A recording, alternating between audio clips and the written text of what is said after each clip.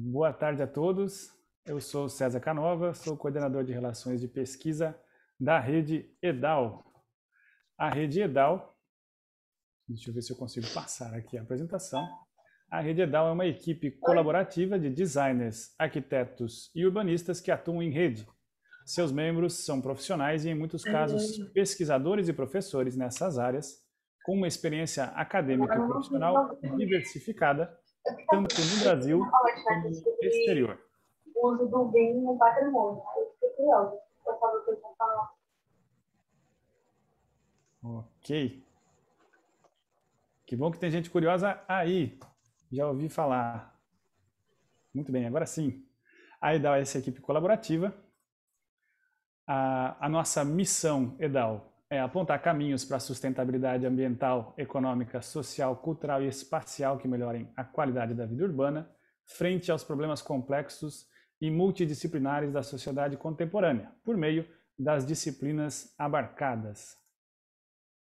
Nós temos feito uma série de lives toda a última sexta-feira do mês, com temas diversos. Elas já estão disponíveis no YouTube. Posso passar o link depois via chat do Zoom. Hoje, a nossa proposta é falar do uso do BIM para o patrimônio histórico, o caso do Museu Paulista da USP. E para isso, nós contamos com os especialistas Autodesk Ricardo Bianca de Mello, que é o nosso coordenador de TICs da rede, e a Fernanda Machado, que também está presente aí. Antes de passar a palavra para eles, quero só pedir a gentileza de permanecerem com as câmeras ligadas durante a apresentação, para a gente poder visualizar nossa plateia, nossos integrantes dessa conversa. Vamos tomar o cuidado para ligar os microfones somente quando necessário e podem ficar à vontade para encaminhar mensagens pelo chat. A gente sempre tenta deixar bastante tempo para a conversa depois da apresentação. E uma boa reunião a todos. Ricardo, é com você. Maravilha, César. Obrigado aí pela presença de todos. Eu vou compartilhar a minha tela. Acredito que todos estejam vendo a minha tela agora. Já. Maravilha. Eu vou... Já está, como comentamos, né? Já estamos gravando aqui, depois esse material vai para o YouTube, para a sequência aí de lives da EDAL e também compartilhado internamente na rede. Então, mais uma vez, obrigado a todos pela presença. A nossa conversa hoje aqui é patrimônio histórico e a modelagem da informação da construção para o patrimônio histórico. Mais particularmente, vamos ocupar uma boa parte do nosso tempo com o caso do Museu Paulista da USP, e minha colega Fernanda Machado, ela tem coordenado um trabalho aí de escaneamento e de digitalização do Museu Paulista da USP, que serve de base para um trabalho mais amplo que está sendo feito pela Universidade de São Paulo. Então, a nossa agenda aqui, na sequência, depois da nossa abertura, eu vou fazer uma introdução à modelagem da informação da construção para o patrimônio, que nós chamamos de HBIM. Depois passo a palavra para a Fernanda, que vai falar sobre digitalização do Museu Paulista, do famoso Museu do Ipiranga, aqui em São Paulo. E vamos deixar um espaço todo aí na sequência para questionamentos, para o debate, aquilo que nós sempre fazemos nas nossas lives da EDAL. Então, começar um pouquinho sobre uma introdução à modelagem da informação da construção para patrimônio e algumas tecnologias fundamentais. Além de coordenador de TICs da EDAL, eu faço parte do time da Autodesk, que é uma empresa de tecnologia, então muito das tecnologias que vocês verão aqui na sequência são tecnologias que a Autodesk tem mostrado para o mercado para modelagem da informação da construção de uma forma geral, mas hoje especificamente falamos na aplicação para o patrimônio histórico. Então, eu vou começar com uma definição.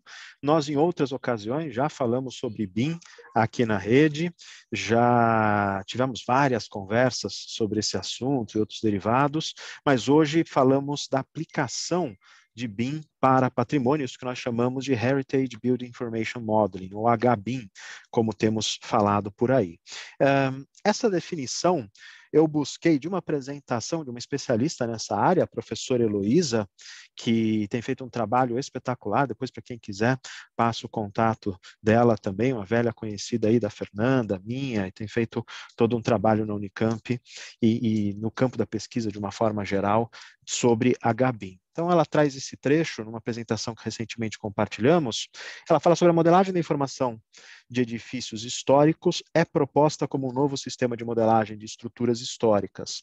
O processo HBIM começa com levantamento, a partir da coleta de dados, usando um scanner a laser terrestre, combinado com câmeras digitais. Uma gama de programas de software, então, utilizada para combinar a imagem e os dados de escaneamento. A malha da nuvem de pontos, seguida pela textura dos dados da imagem, cria uma estrutura para a criação de um modelo 3D. A criação de objetos BIM no modelo de superfície 3D é o estágio final do processo de engenharia reversa, criando modelos 2D e 3D completos, incluindo detalhes por trás da superfície do objeto, no que diz respeito a seus métodos de construção e composição de materiais. Este novo processo é descrito como HBIM.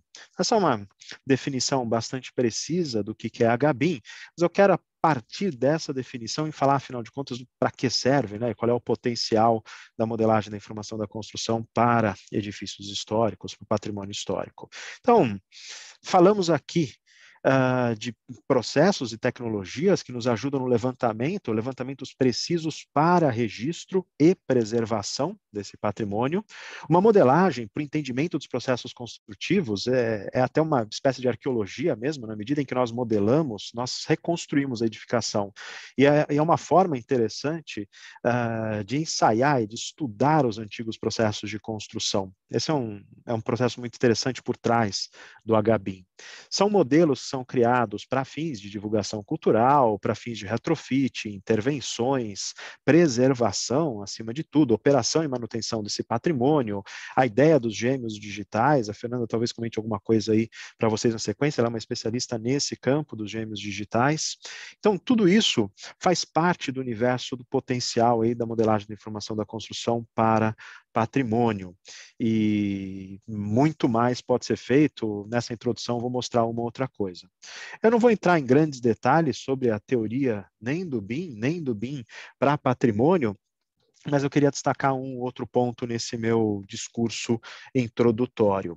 O primeiro dos pontos aí é que a HBIM compartilha com toda a teoria do BIM uma série de conceitos e de processos, mas tem as suas particularidades. Eu quero ilustrar uma dessas particularidades pela diferença que se faz em relação ao tal do nível de desenvolvimento versus um nível de conhecimento da edificação. Então, a gente fala muito de LOD e níveis de desenvolvimento na teoria tradicional do BIM, mas quando a gente fala de patrimônio, isso já foi construído, então esse desenvolvimento, na realidade, se reflete como conhecimento que temos acerca da edificação. E na medida que aprofundamos esse conhecimento agregado aos modelos, nós nos aproximamos de um modelo que oferece um potencial progressivamente maior para essas diferentes finalidades que nós aqui comentamos. Então, esse é um exemplo do como o HBIM dialoga com o BIM, mas tem a sua linguagem própria, o seu potencial próprio. Eu vou ilustrar um pouquinho, não quero aprofundar, como disse, em relação à teoria, mas quero ilustrar alguns dos processos. Nós falamos que a HBIM começa usualmente com a captura da realidade, então escaneamento, aquele trecho que nós citamos, ele trata dessa questão do escaneamento. Não sei se o vídeo vai passar de maneira fluida aí para vocês, se não, qualquer coisa vocês me avisam, mas esse é um exemplo do processo de escaneamento, onde nós podemos trabalhar com equipamentos, são scanners, lasers, que nós podemos levar para o ambiente e fazer um escaneamento bastante preciso. Os processos tradicionais, eles são imprecisos, eles são demorados, eles são caros. E por isso eles têm sido substituídos por esses processos mais automatizados de levantamento. Esse escaneamento pode ser feito por meio de scanners laser ou pode ser feito por meio de fotografia. Ambos esses processos trazem um retorno muito grande. Aqui vocês veem alguns resultados de escaneamentos em algumas tecnologias, mostrando como isso que foi levantado pode ser processado, pode ser, essas diferentes nuvens de pontos que nós chamamos, elas podem ser reunidas ou registradas, como nós falamos aqui dessa tecnologia, e com base nisso trabalhamos com esse modelo digital ainda de pontos, ou seja, não existe uma inteligência por detrás desses objetos, mas existe uma precisão geométrica elevadíssima. Então, esse é um exemplo de um dos equipamentos que estava disponível aí pela Leica até algum tempinho atrás, mas diversos outros equipamentos estão disponíveis. Você faz esse levantamento, ele é como se fosse um radar mesmo, um sonar, né? Ele levanta esses diferentes pontos, associa a fotografia e com isso nós temos a chamada nuvem de pontos colorida, que inclusive nos dá esse tipo de visualização que vocês estão vendo aí hoje. Então, do ponto de vista de tecnologia, essa é uma introdução, essas nuvens de pontos, elas têm uma precisão de cerca de 1 milímetro, geralmente, tá? É claro que elas podem, na medida em que aumentamos a distância escaneada, essa precisão flutua um pouquinho mais, mas ela pode ser uma precisão altíssima, e os equipamentos hoje são equipamentos de altíssima precisão. Uma aplicação específica aqui interessante é um processo patrocinado pela Autodesk, o escaneamento de Volterra, patrimônio histórico. Aqui tem todo um depoimento, na verdade eu só quero ilustrar o como esse equipamento ele pode ser levado a campo, aqui vocês estão vendo um pouquinho desse processo, ele é levado a campo, utilizado para escanear as diferentes estruturas históricas com altíssima precisão, e depois esses modelos são todos reunidos. Não necessariamente você precisa se limitar ao modelo de uma edificação. Você pode começar a agregar esses diferentes escaneamentos e reproduzir uma cidade inteira, todo um conjunto de edificações por meio desse tipo de tecnologia. Aqui vocês veem um pouquinho dos resultados do escaneamento de Volterra, inclusive na escala do objeto. Esse escaneamento tem sido bastante utilizado para arqueologia também, sítios arqueológicos. Então, aqui vocês veem alguns destes exemplos de aplicação. Recentemente, outro exemplo, eu vi numa reportagem recente, dizia a respeito a todo o subterrâneo de Roma. Ele foi todo escaneado, tanto aquedutos quanto galerias de acesso, todo esse processo foi realizado e hoje existe todo um mapeamento unificado de todo o subterrâneo de Roma. E isso tem sido utilizado junto com a cidade atual, junto com o levantamento da cidade atual, para se entender um pouquinho melhor a evolução da cidade, a maneira como ela cresceu e a maneira como hoje você pode trabalhar em intervenções urbanas em Roma. Então, esse é um outro exemplo. Esse tipo de escaneamento laser oferece uma enormidade de possibilidades. Eu falei fundamentalmente aqui de geometria, e essa geometria capturada com altíssima precisão, mas outras técnicas e outros espectros podem ser utilizados para entender melhor, inclusive, o grau de preservação mesmo dessas superfícies. Então, eu posso associar esses escaneamentos a outros tipos de fotografias, outras técnicas de levantamento, como no caso aqui do Centro Histórico de Mezzola, na província de Ferrara, também na Itália, onde vocês veem alguns exemplos de escaneamento e a possibilidade, então, de começar a criar mapas em relação à preservação dessas superfícies, patologias nessas superfícies, para que isso possa ser depois trabalhado, possa ser depois levado à restauração. Tá? Essas imagens são também contribuição de um outro professor com o qual nós temos um bom contato aí, o professor Leandro Giglioli. Ele tem também uma empresa nessa área, a Arte Maggiore, que tem trabalhado aí com o escaneamento de patrimônio. Então, um exemplo para o pessoal de Curitiba reconhece essa estrutura, esse é o Teatro Paiol, que a Arte Maggiore escaneou em Curitiba, dentre tantas outras obras. Ele tem um portfólio enorme aí de escaneamento para patrimônio. Mas eu falei desse levantamento, eu quero avançar um pouquinho para a modelagem em si. Então, uma vez que o levantamento é feito, eu posso levar essa informação à modelagem, e essa modelagem se dá nos diferentes níveis, desde o objeto, passando pelo edifício, avançando pelo contexto, no nível urbano. Então, um exemplo que eu quero mostrar de modelagem também aqui no nível urbano é também um projeto que a Autodesk tem patrocinado em Paris. Então, escaneamento de toda essa região no entorno da Torre Eiffel, e isso tem sido utilizado também para a preservação dessa área, para intervenções nessa área. O que vocês veem nesse vídeo é uma parte da nuvem de pontos que foi utilizada, e isso é levado para servir de base na modelagem digital dessa área toda. Então, vocês veem aqui uma tecnologia de modelagem da informação da construção para a escala urbana, tá? Especificamente chamada de InfraWorks, e um pouquinho dessa modelagem nessa escala, de maneira que a gente possa recriar todo um contexto urbano com base nessas informações, nesse escaneamento, em outras informações que passam a ser agregadas e que serve aí de fundamento para qualquer tipo de intervenção.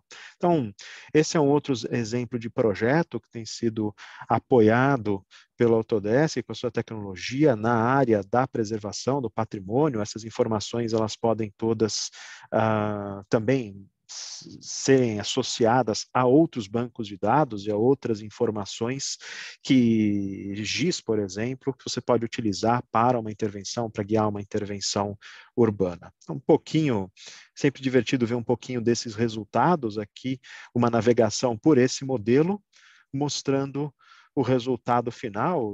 Quando a gente fala de resultado final, nunca é exatamente o resultado final, né? Você sempre pode acrescentar novas camadas de informação e outros conteúdos que trazem novas perspectivas dessa área. Então, esse é um exemplo que eu queria mostrar do ponto de vista de contexto.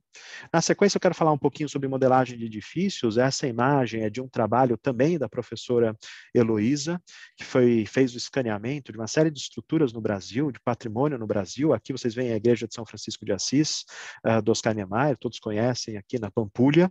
Ela fez um trabalho de escaneamento dessa igreja, de modelagem da igreja também, utilizando tecnologia para modelagem de edificações. Então, sim, essa tecnologia de escaneamento é a base de um processo de modelagem que depois é feito nos chamados modeladores de informação da construção, a exemplo do Revit, que é uma tecnologia que a Autodesk tem para isso. E só que eu vou partir para outra igreja aqui para ilustrar um pouquinho mais esse processo. E essa é também bem conhecida de todos vocês, a igreja de Notre-Dame, em Paris, e que também tem sido, o projeto de restauro todo de Notre-Dame, depois do incêndio, ele tem sido apoiado pelo Autodesk. E muito desse trabalho foi desenvolvido a partir de um trabalho de um outro professor também, arquiteto, especialista no campo, que é o Andrew Milburn, que é esse senhor que está aqui no canto inferior esquerdo, tem um trabalho espetacular nessa área de modelagem para patrimônio. E já há alguns anos ele tem explorado os sistemas construtivos do gótico por meio de modelos de informação. Então, o trabalho dele é muito um trabalho de exploração. E Notre Dame já tem sido objeto de estudo dele já há muito tempo, antes mesmo da tragédia ocorrida, do incêndio que aconteceu em Notre Dame. E depois do incêndio, a própria equipe do Autodesk falou com o professor Milburn exatamente para trabalhar, aproveitar esse conteúdo todo e fazer uma parceria com o governo da França para desenvolver para fornecer modelos e bases para o retrofit, a readequação, né, o restauro todo da Catedral de Notre Dame. Então, aqui vocês têm uma imagem desse modelo em desenvolvimento, tá? Esse modelo particularmente, ele já tem alguns anos, acredito que hoje ele está bem mais desenvolvido, mas para vocês terem uma ideia, ele começa sempre com o escaneamento, mas ele pode ser trabalhado também geometricamente a partir do seu modelo de massas, da lógica construtiva. Então, aqui alguns dos estágios em que o modelo anterior ele foi feito e na medida em que ele vai progredindo, ele vai avançando num trabalho colaborativo. Essa é uma característica interessante desse projeto de modelagem de Notre Dame. E aqui, eu não vou entrar em detalhes sobre cada uma das descobertas do processo, que foi algo muito interessante. Existe uma aula na Autodesk University, onde o próprio professor Milburn ele fala sobre esse processo de modelagem de Notre Dame, e que é fantástica porque ele observa cada um dos desafios, o entendimento da geometria da catedral, e na medida em que isso é modelado, de certa maneira é reconstruído digitalmente, você passa a enfrentar os mesmos desafios que os construtores do gótico enfrentaram naquele período. E você tem que dar respostas matemáticas e respostas construtivas a esses mesmos desafios.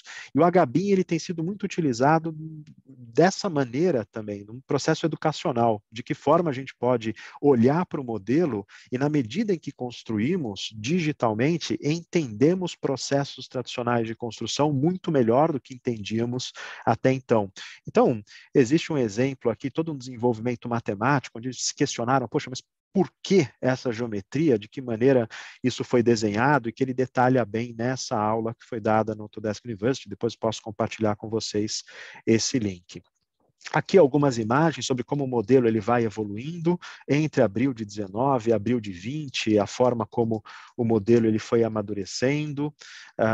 Isso ele tem publicado constantemente nos blogs, o blog do projeto da Notre Dame tem mostrado um pouquinho dessa modelagem e alguns dos desafios específicos da modelagem, desafios de geometria, coisas que você acaba descobrindo só na hora de modelar, respostas que você tem ao entendimento da estrutura, as próprias a estrutura todo edifício muito bonito, mas afinal de contas está faltando informação, está faltando estátua, e como é que você traz isso para o modelo também. Então, uma série de desafios super interessantes desse processo. Mas uma coisa que eu quero destacar nesse processo é a questão da colaboração. Eu acho que o professor Milburn ele deixou isso muito claro, o como ele criou uma rede de colaboradores para que eles coletivamente pudessem modelar a catedral. Então, não somente ele trabalhando, mas como colaboradores do mundo inteiro, cada um focado num tipo de estrutura, num pedaço do edifício, num detalhe do edifício. E essas tarefas vão sendo distribuídas e esse modelo vai sendo agregado coletivamente. Então, tem todo um trabalho, aqui algumas das ferramentas que ele tem utilizado para organizar esse trabalho e para dirigir essa equipe toda, e que nos leva ao ponto seguinte que eu queria introduzir também, que é o da colaboração. Então, hoje também, mais uma vez, exemplo do que a rede promove aqui, essencialmente a rede promove colaboração, e colaboração é um aspecto fundamental do nosso cotidiano, no trabalho com arquitetura, urbanismo e design, hoje, nesse mundo totalmente conectado. Esse projeto foi um projeto desenvolvido de maneira colaborativa, ele tem os seus antecedentes também, que vale a pena explorar. Para aqueles que tiverem interesse, o professor Milburn ele é um especialista na arquitetura histórica, então ele tem trabalhado com alguns projetos, inclusive ele tem um blog chamado Shades of Grey. Esse blog ele trabalha com diferentes conteúdos sobre modelagem de patrimônio histórico, e ele foi o responsável por um projeto que a gente chama de Project Soane, que é um projeto de reconstrução de edifícios na Inglaterra, e que começou com um concurso também bastante interessante, tá? Então, o Project Soane ele começou com um concurso de reconstrução do Banco da Inglaterra, projeto de um arquiteto bastante conhecido, do John Soane, e que a ideia era reconstruir esse modelo tal como ele se encontrava, essa edificação tal como ela se encontrava em um determinado momento. Então foi uma parceria aí da NVIDIA com a HP, teve o apoio da Autodesk em tecnologia também, e a ideia era que se reconstruísse esse edifício, um edifício que já não existia dessa maneira, então era voltar para aquele momento histórico e fazer uma reconstrução e gerar renderizações desse edifício. Então, esse é um exemplo de renderização, eles fizeram uma premiação de diferentes renderizações do edifício. Aqui vocês têm uma renderização linda desse edifício e que também um colaborador da Ucrânia que foi o premiado com essa renderização. Então, a colaboração aqui no desenvolvimento de modelos de patrimônio é algo que tem sido bastante frequente. Eu quero abrir para outras possibilidades, e principalmente 2 pontos importantes aqui.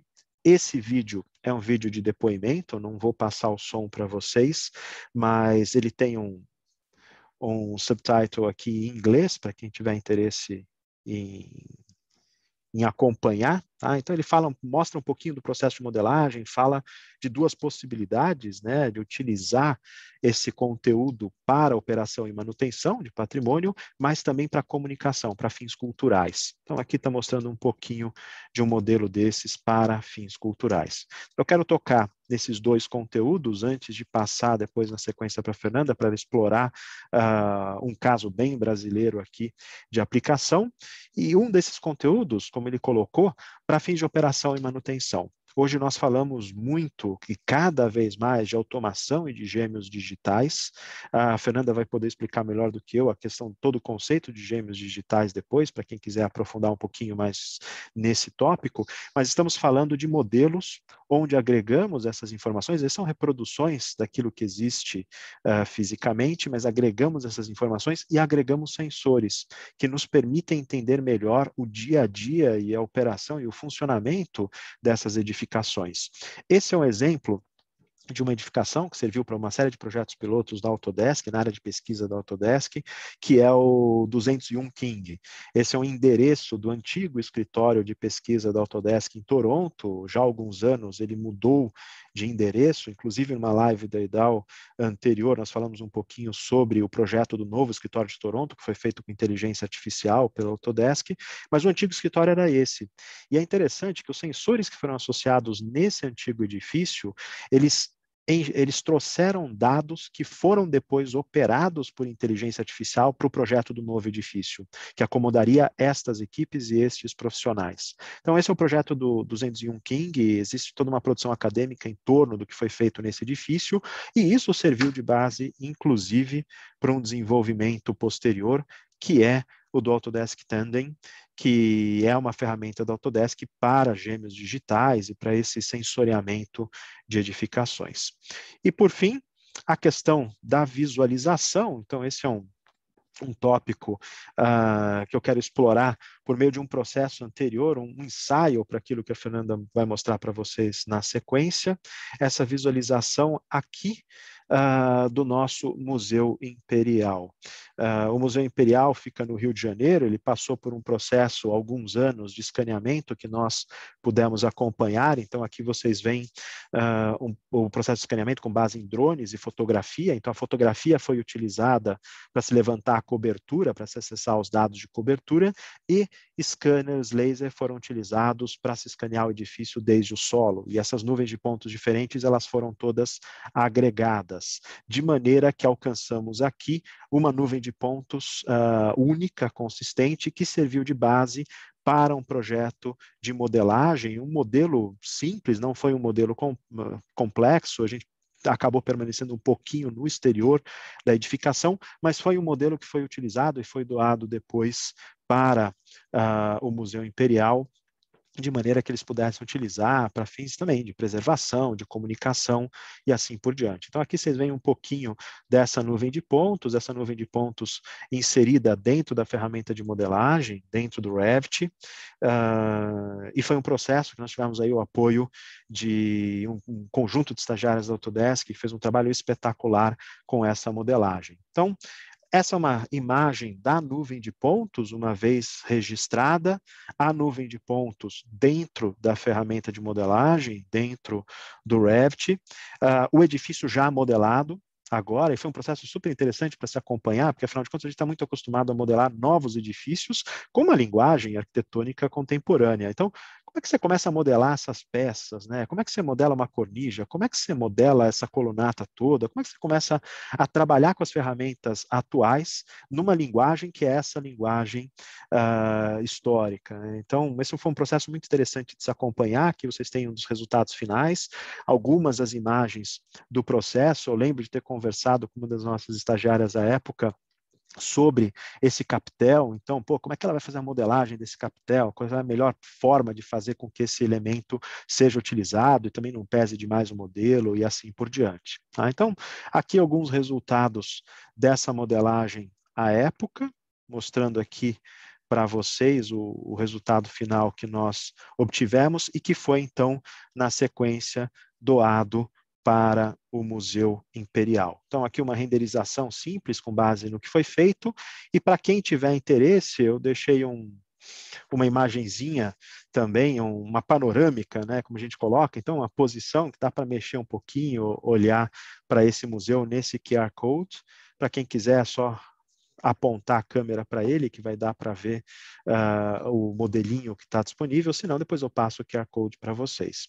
E esse processo foi super importante porque nós vimos, tragédias acontecem, aconteceu com Notre Dame, infelizmente aconteceu com o nosso Museu Nacional também, esse nós não tivemos tempo de fazer esse processo, trabalhar com esse tipo de escaneamento, mas pudemos pelo menos preservar alguma coisa da história do Museu Nacional, e nós temos esse modelo e esperamos que não pegue fogo, como tantos outros, ou como a Cinemateca agora, vocês viram esses dias, nós tivemos incêndio de mais uma unidade da Cinemateca, então é importante preservar esses edifícios. E aqui eu passo a palavra para a Fernanda, que vai falar sobre esse processo de preservação de um edifício super importante da nossa história, que é o Museu Paulista da Universidade de São Paulo, o famoso Museu do Ipiranga, que tem sido aí objeto de uma série de estudos. Ela tem coordenado essa nossa equipe, que junto com a USP tem procurado preservar a história do Museu Paulista. Então, eu vou passar, era isso que eu queria passar para vocês como uma introdução ao HBIM,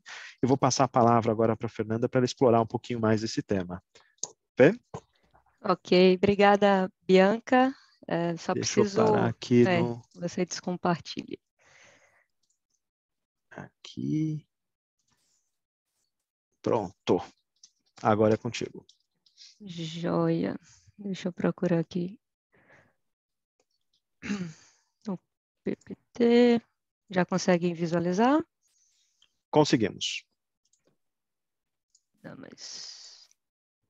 Ok. Então, pessoal, boa tarde. Agradeço novamente o convite. E o Bianca fez uma bela explanação voltada para o conjunto de tecnologias, né, que nós temos para utilizar num processo de Scan to BIM. A ideia do uso do BIM para patrimônio histórico é algo que internamente na Autodesk a gente tem explorado bastante, exatamente para promover essa difusão do conhecimento e mostrar principalmente o potencial que nós temos de preservar a memória e preservar o patrimônio histórico. E o caso do Museu Paulista, ele tem trazido uma série de desafios para a nossa equipe, né, que está desenvolvendo o projeto e principalmente no que tange a como nós podemos gerar entregáveis que façam sentido para a diretoria do museu, principalmente quando eles forem utilizar esses entregáveis para operação e manutenção. Então, isso foi um dos termos do nosso acordo, que eu vou mostrar um pouquinho mais adiante, e em que estágio nós estamos hoje utilizando essas tecnologias. Eu não vou me apresentar muito, né? Só comentar que eu também sou arquiteta, sou urbanista, deixo o meu QR Code do LinkedIn, caso vocês queiram entrar em contato depois, tá? E passando adiante, eu vou começar um pouquinho sobre esse tema. Então, dentro da Autodesk, né, nós temos uma diretriz voltada principalmente para os Objetivos de Desenvolvimento Sustentável da ONU. Um desses objetivos abarca exatamente o ODS de cidades e comunidades sustentáveis, e nós temos trabalhado exatamente no sentido de proteger, né, e salvaguardar o patrimônio cultural e também o patrimônio natural, né? Então, principalmente no âmbito do patrimônio cultural, entra o contexto do Museu Paulista da USP, ou Museu do Ipiranga, né? Passando brevemente pela história do próprio museu. Ele foi inaugurado em 1895, é um marco da independência do Brasil, tem um significado super importante para a cidade de São Paulo. O museu, o edifício, o monumento em si, ele tem em torno aí de 120 anos, né? Então, há um protagonismo principalmente na composição, né, no conjunto urbanístico dessa região da cidade de São Paulo. E existe também uma preocupação, inclusive faz parte do nosso acordo de cooperação técnica, em relação à preservação do próprio acervo que ele comporta, né? Então, existe um acervo de mais de 450 mil unidades de objetos, toda a parte de iconografia, etc. Uma parte dessas peças também estão contempladas para que a gente modele, aí visando algumas outras aplicações que fogem um pouquinho do objetivo civil, né? Então, é mais no sentido de criar interações e engajamentos com o público, que eu vou falar um pouquinho mais adiante. O museu em si, né, ele já está passando por um processo de restauro, ampliação e modernização, né? Então, essas obras elas já estão em andamento. Então, quando nós contatamos o museu em 2019, nós definimos algumas diretrizes relacionadas com esse projeto de preservação da memória. Primeiro, para contemplar o museu naquele estado, antes efetivamente da obra ser finalizada, e posteriormente nós vamos trabalhar em algumas atualizações para que eles tenham o antes e o depois, né, das obras concluídas. Então, existe uma previsão de reabertura do museu para 2022 e nós pretendemos também concluir, né, esse trabalho de digitalização e preservação do patrimônio um pouquinho antes dessa data de abertura, né? Então, em 2019, nós fechamos essa parceria com o museu, temos um acordo de cooperação técnica assinado com eles. Existe também uma diretriz voltada para a difusão do conhecimento, né? Então, quando nós fizemos um mapeamento a nível Brasil, nós identificamos que nosso país tem em torno de 1.900 museus com um perfil similar, em termos de história, em termos de significado e importância, que podem aproveitar esse caso como uma referência, como um exemplo para que a própria administração pública tenha aí um engajamento no sentido de digitalizar o seu próprio ativo, o seu próprio patrimônio. E aí, baseado nesse acordo, nós definimos algumas aplicações baseadas no modelo digital. A premissa básica era fazer todo esse processo de modelagem voltado para a operação e manutenção do museu. Então, nós temos um contato recorrente com a equipe responsável pela preservação tanto do edifício monumento como do Parque da Independência, e também pensamos em algumas utilidades ou aplicações adicionais, né, voltadas para impressão 3D, fazer algum tipo de engajamento com cegos, né, ou com visitantes que pudessem, por exemplo, comprar uma peça que fosse representativa do ponto de vista do acervo, pensar na parte de gamificação. Então, também estamos em contato com a equipe responsável por toda a parte de gamificação com Unity. Nós conseguimos sincronizar muito bem com nossas soluções para fazer esse trabalho de realidade virtual, de visitas, etc. E ter esse intuito também de difundir o uso dessas tecnologias no nível do país. Bom, e aí o que faz parte do escopo do nosso trabalho? Né? Nós começamos esse processo com a diretoria no sentido de definir um recorte. Né? Esse recorte hoje, ele contempla tanto o levantamento que já foi feito do edifício monumento, como sua modelagem, com uma ênfase maior em nível de desenvolvimento no eixo monumental em si, ou seja, onde tem o saguão de entradas, escadarias, o salão nobre, etc., e também peças selecionadas do acervo do próprio museu. Então, nós vamos fazer, nessa etapa, um levantamento de 50 peças desse acervo, e aí essas 50 peças elas vão ser modeladas na escala 1 para 1, para que a gente possa trabalhar posteriormente com a aplicação de impressão 3D. Bom, o segundo ponto é o levantamento e modelagem do próprio Parque da Independência e do monumento. Nós vimos a importância de pensar no conjunto urbanístico, né, do Ipiranga, não somente no edifício museu. Então, o próprio Bianca mostrou anteriormente o caso do entorno da Torre Eiffel, né, em Paris, e a gente entende que aqui nós temos uma importância muito grande em preservar a paisagem como um todo. Então, nós também contemplamos, né, essa diretriz de levantamento do parque, com todo o seu entorno associado, e para isso nós utilizamos uma dinâmica utilizando o sistema de informação geográfica baseado no banco de dados GeoSampa, né, que é o banco de dados GIS da Prefeitura de São Paulo, e o levantamento que nós fizemos por meio de escaneamento a laser e fotogrametria. Eu vou falar um pouquinho mais adiante. Essa é a equipe técnica que está engajada nesse trabalho. Então, a Priscila Fiorin, ela trabalha na parte de relacionamento com o museu, e, tecnicamente, o Pedro Soete, pela parte de infraestrutura, o Marcelo e o Vinícius, que estão realmente colocando a mão na massa na modelagem, né, estamos à frente desse projeto de digitalização pela Autodesk. E aí, pessoal, baseado nisso, nós criamos um macroprocesso de como seriam essas etapas, desde da criação de um ambiente de colaboração da equipe, uma vez que surgiu também o fator pandemia, né? Então, particularmente, eu não conheço nem o Marcelo, nem o Vinícius pessoalmente, para vocês terem uma ideia, e nós fazemos todo esse processo colaborativo utilizando o nosso ambiente comum de dados, né? Como nós chamamos oficialmente. Então, o ambiente comum de dados ele foi todo estruturado para que essa equipe conseguisse trabalhar à distância. Então, no momento, eu estou em Salvador, o Marcelo e o Vinícius estão em São Paulo, capital, o Pedro está no interior, e nós conseguimos trabalhar muito bem em conjunto, tanto no aspecto modelagem, como no aspecto aferição e coordenação desse processo. Então, esse ambiente ele foi criado. Há também o ponto de engajamento com a própria equipe do museu.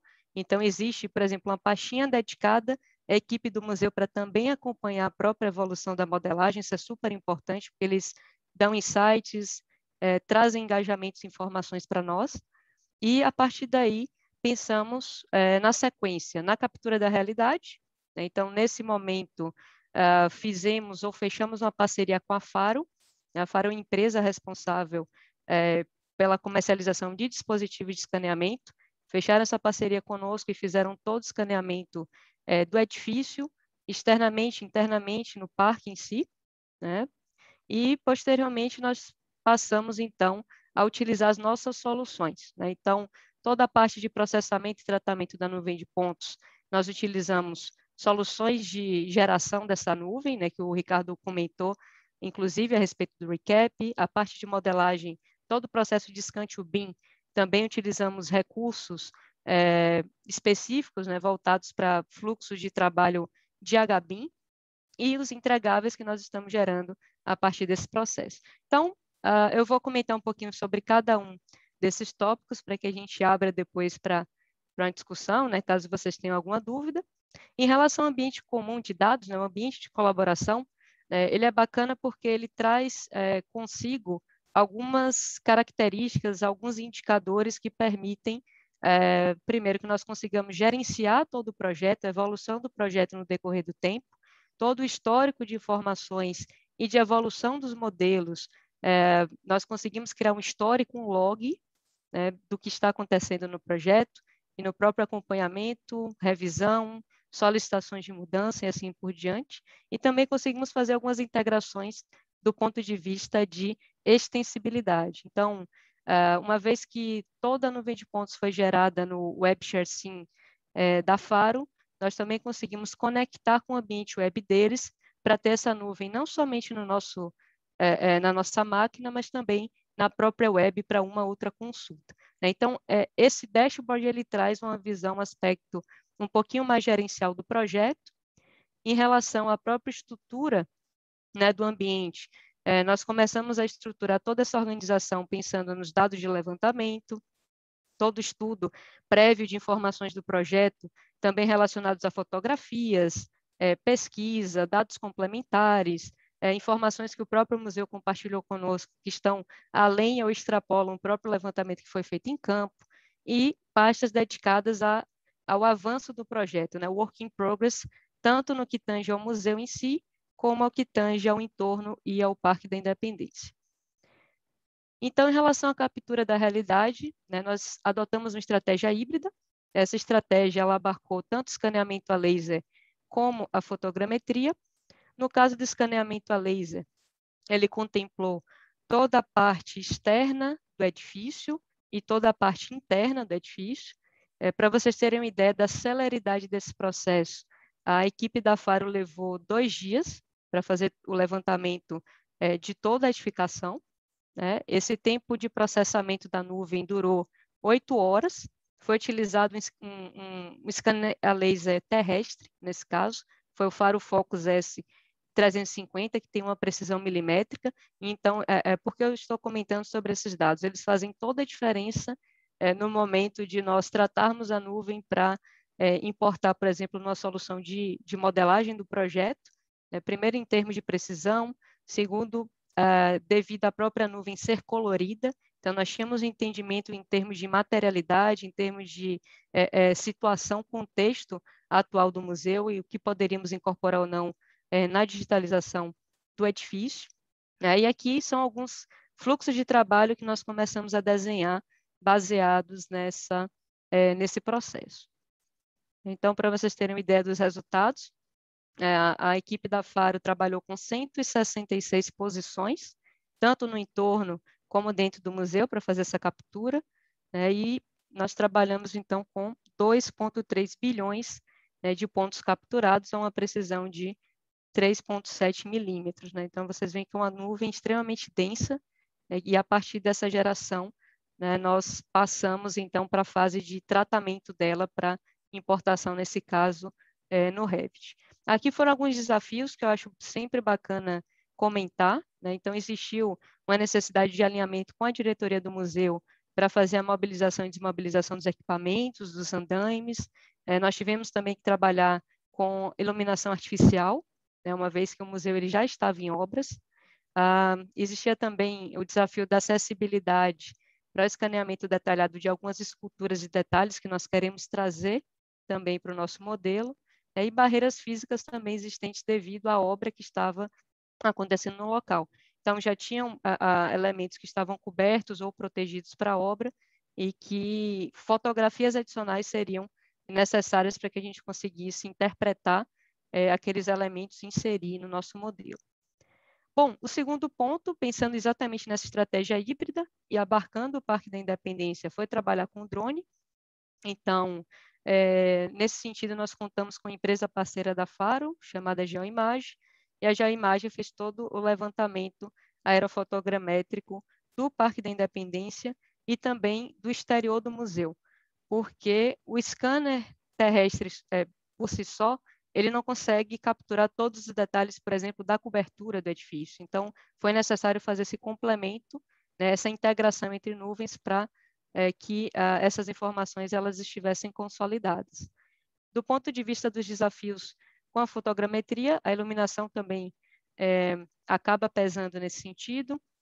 Há uma questão mais operacional do próprio drone, então a bateria para o voo, a visibilidade do drone, ventos, ou seja, existe um contexto também, um cenário ideal para que haja esse tipo de atividade, esse tipo de levantamento, né, que precisa ser planejado com um certo nível de antecedência. E aí, baseado nesse levantamento, tanto em relação ao parque como em relação ao edifício, nós passamos então para a fase de processamento e tratamento dessas informações. Aqui é o momento que nós conseguimos gerar uma nuvem de pontos, ou seja, um cadastro preciso, né, da nossa edificação e do nosso parque. Existe dentro desse processamento a possibilidade de amarrarmos cenas, né, de trabalharmos também com a própria navegação, ainda no Recap, que é uma solução nossa exatamente para fazer esse processamento, uma solução de navegação, né, de entendimento das informações do museu. A gente consegue tirar cotas, medidas, ter um entendimento também se aquele levantamento por si só ele atende à etapa de projeto ou não, se é necessário retornar. Então, todo esse trabalho de análise foi feito, a nuvem foi processada, e aqui é um exemplo de resultado, né, que nós chegamos com esse levantamento. Então, essa é uma parte da nuvem, a parte referente ao escaneamento a laser, né, utilizando o scanner terrestre da Faro. Nós conseguimos ter, né, um entendimento, parece que é somente fotografia, mas cada pontinho desse tem uma coordenada XYZ e nós conseguimos tirar qualquer medida. Então, imaginem um museu como esse, que tem pé direito de 6 metros, né, tem arcos, tem uma série de elementos e ornamentos que são super importantes de ter a captura de medida para fazer uma digitalização no pós. A gente tem a condição aqui de ter todas essas informações utilizando a própria nuvem de pontos. Então, a gente vê externamente, aqui já é uma visão interna, né, do próprio Salão Nobre, mostrando o nível de detalhe que nós conseguimos compreender por meio desse tipo de tecnologia de captura, né? E como comentado, a gente consegue também trazer essas informações não somente no Recap, mas também na própria web, né? Então, o que é interessante desse processo de escaneamento?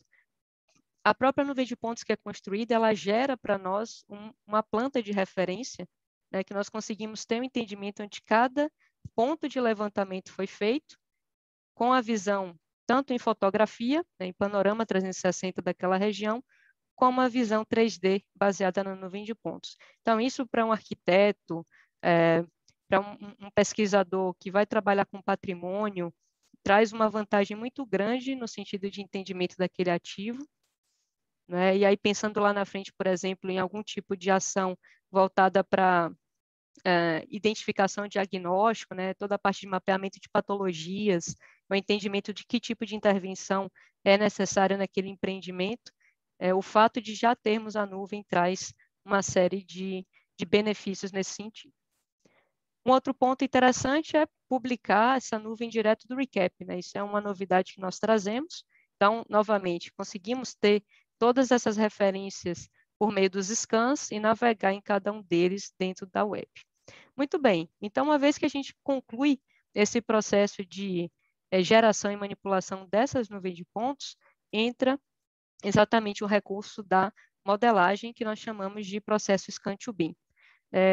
No caso do museu, nós trabalhamos em duas vertentes. Na vertente voltada para a área externa, né, para o entorno e todo o parque, utilizando, nesse caso, o Civil 3D InfraWorks, que são soluções voltadas para a modelagem de infraestrutura urbana. Então, trabalhamos tanto com a parte de infraestrutura civil como a parte de urbanismo, propriamente dito, parques, praças, etc. E a vertente da modelagem da edificação, utilizando, nesse caso, o Revit.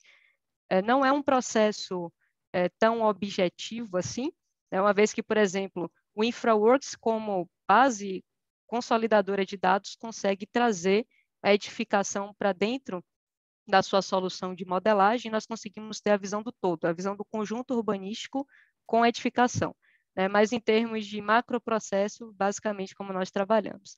Então, no caso do Parque da Independência, essa modelagem, ela passou por algumas fases. Então, primeiro, toda essa nuvem de pontos gerada a partir do drone, ela foi importada no Civil 3D.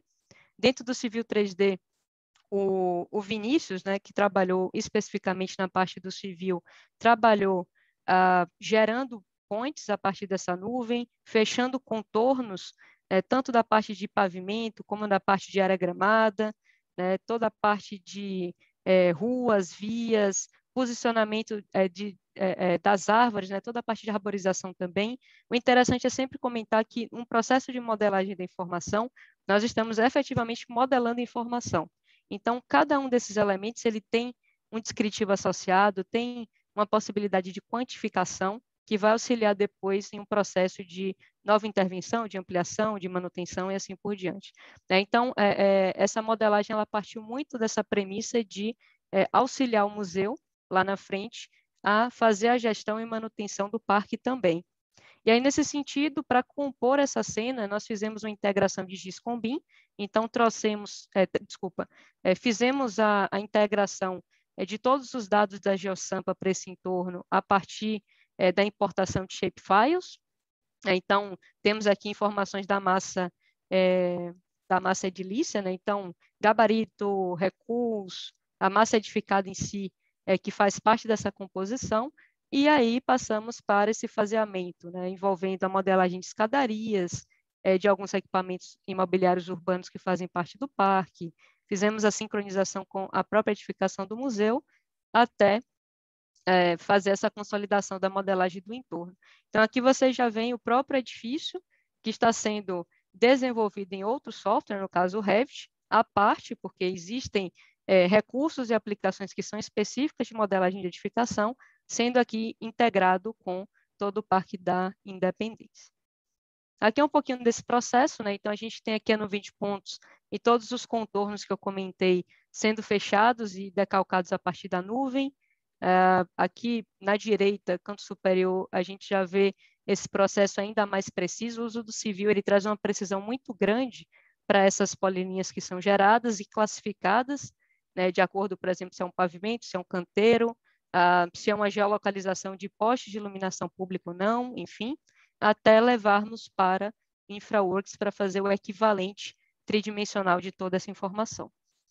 Aqui é só um parênteses. O que a gente está gerando, a gente também está criando fluxos de trabalho para a difusão do conhecimento. Então, se vocês tiverem interesse de conhecer de uma forma mais aprofundada como modelar uma praça, um parque, utilizando esse fluxo de trabalho, nós já estamos gerando conteúdo específico para isso. Fica aqui o convite para o nosso YouTube, né, o Mundo AEC. Aqui a gente já tem 3 vídeos específicos desse passo a passo que vocês podem estudar e entender melhor como funciona. E aí, passando um pouquinho para a questão da referência histórica, né? Então, uma questão super importante quando a gente fala de patrimônio é ter um entendimento, né, da história, dos dados que compõem aqueles elementos ou aquele conjunto. No caso do Parque da Independência em si, né, o Vinícius fez uma pesquisa voltada para alguns elementos específicos do mobiliário. Então, aqui é um exemplo, né, da parte dos postes de iluminação que eram adotados à época e que ainda estão lá. Então, ele fez um estudo de quais seriam as nomenclaturas, descritivos, qual era o tipo, né, de de objeto em si, né, de elemento, e a partir daí procurar representar no nível de detalhe, nesse sentido adequado, aquele elemento real. Óbvio que aqui entra um pouquinho do feedback do museu, no sentido de validar a informação, né, o metadado que está presente nesse elemento específico, né, no post, e o que é interessante de representar geometricamente. Como eles têm uma vertente voltada para a gamificação, que envolve realidade virtual, é importante a gente ter uma certa aproximação com o real nesse caso. Se fosse um modelo somente para quantificação, não necessariamente a gente precisaria chegar no nível de fidelidade tão grande. Então, tem alguns aspectos do processo de modelagem que são super importantes de considerar no planejamento. E aí, partindo para a edificação do museu, a gente partiu pelo mesmo processo. Então, fizemos a organização e pesquisa histórica, né? Esse é um dos livros que nós utilizamos para entender melhor a própria história e as técnicas construtivas empregadas no museu à época. Aqui é o Museu Paulista, é um livro do próprio Museu Paulista da USP, o Monumento à Independência.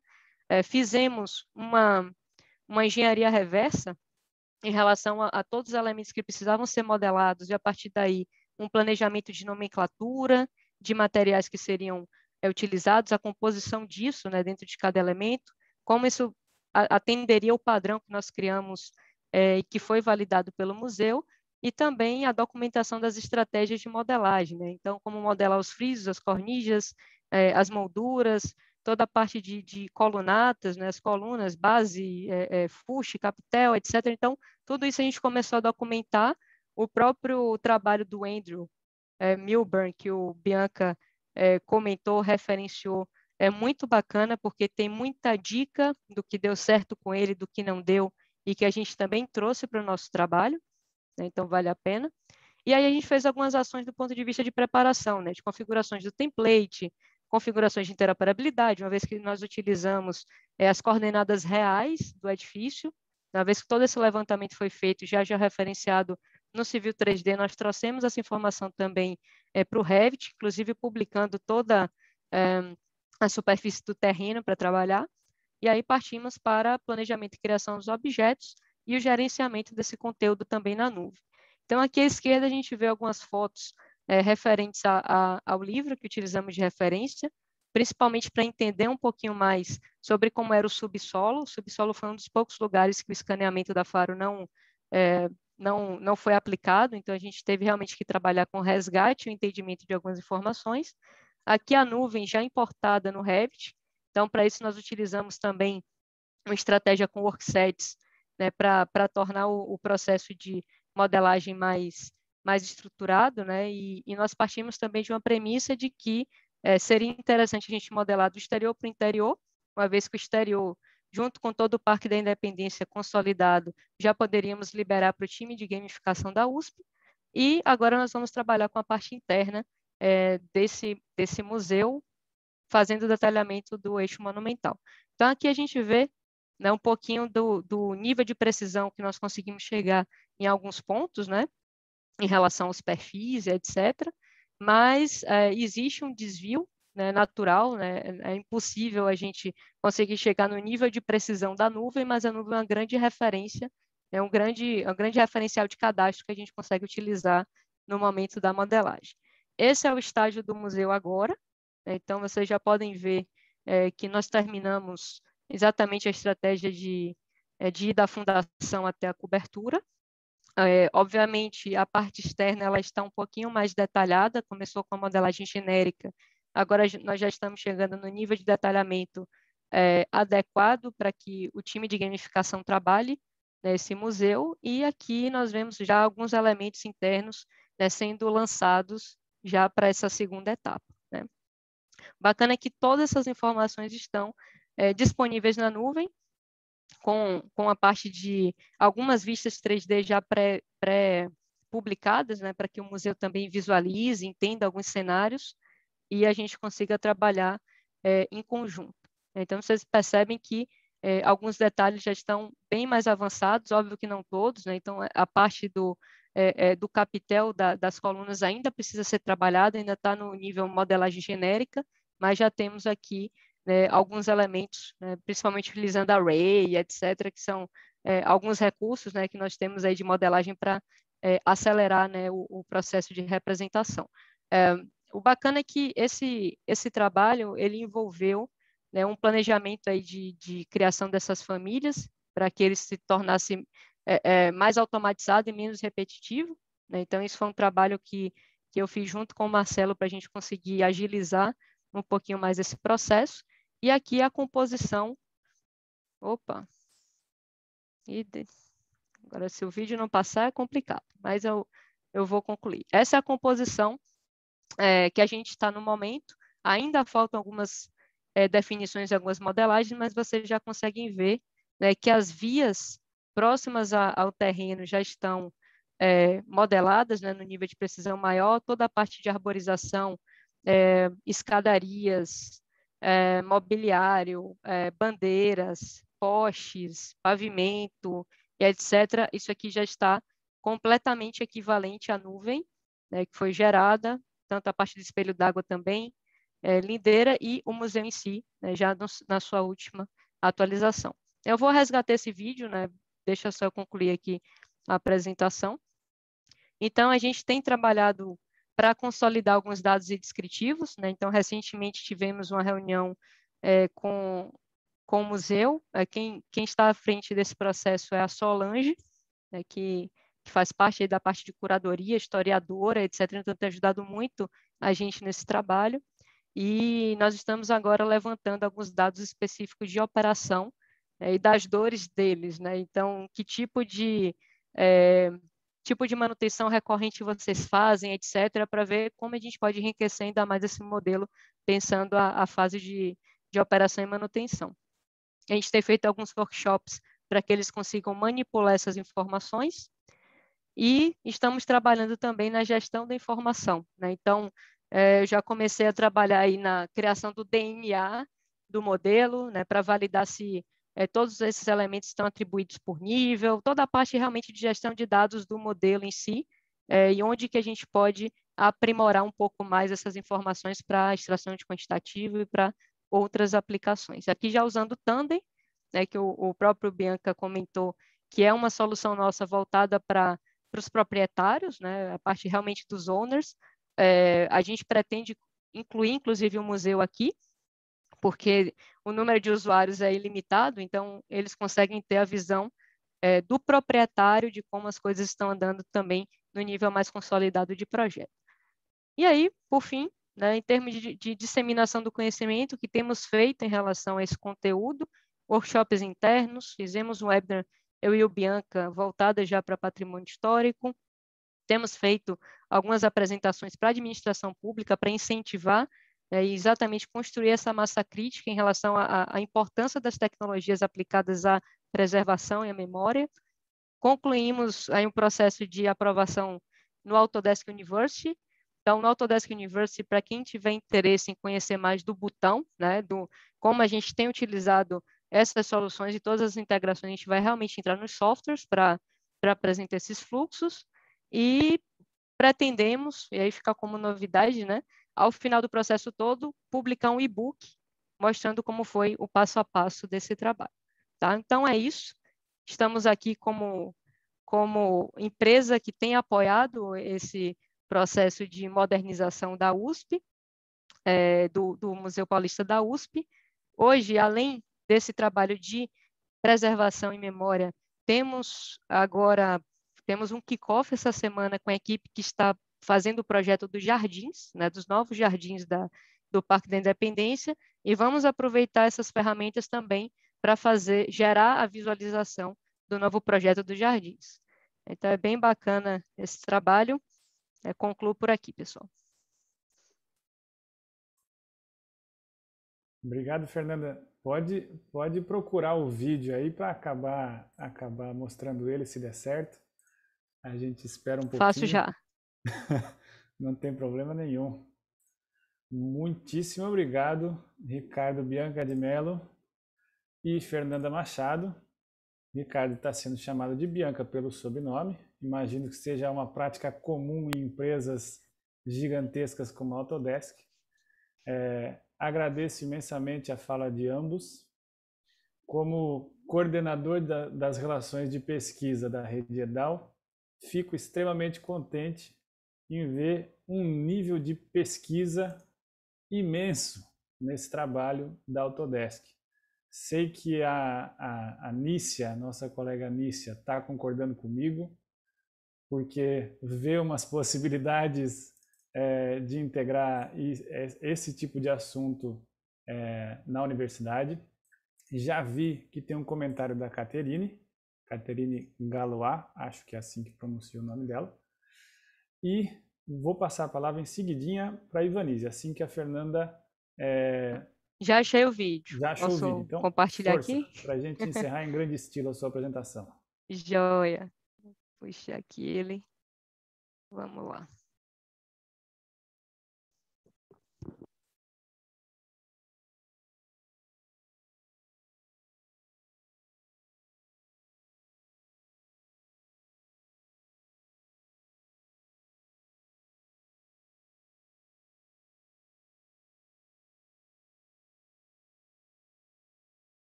Muito bem.